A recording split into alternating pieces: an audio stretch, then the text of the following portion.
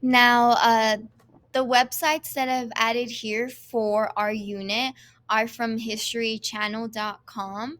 And in the historychannel.com, you find a lot of important information about history and events that took place. The first link I've added here, students can explore the Voting Rights Act of 1965 and what happened in 1965 for the Voting Rights Act. That helped remove barriers that prevented African Americans from voting.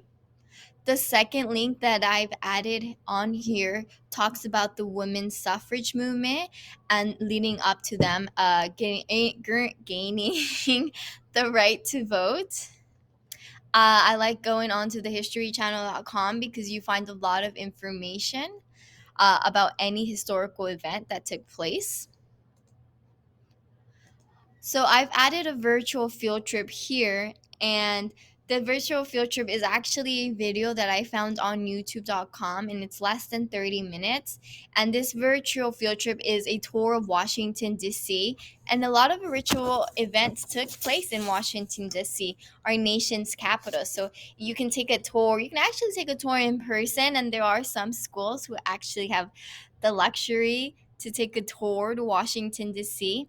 But if your school is unable to do that in person, you can do it virtually, and you get to explore different landmarks and important parks in Washington, D.C., that talks about important events that took place here.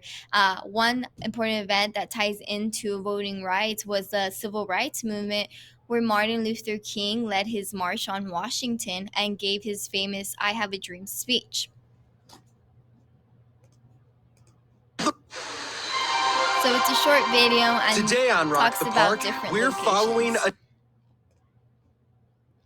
Now, to make real life connections, there are different ways to make real life connections. The first one is, well, people who are 18 and older here in America can participate in important elections. One important election is voting for a president every 4 years.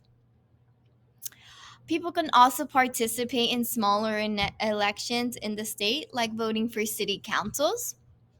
And I like that another real life connection we can make with our students, not just in upper school, like high school and middle school, but even in an elementary school, the little ones, where they can actually vote for important things that happen in the classroom. So there are different real life connections that you can make for that lead to voting.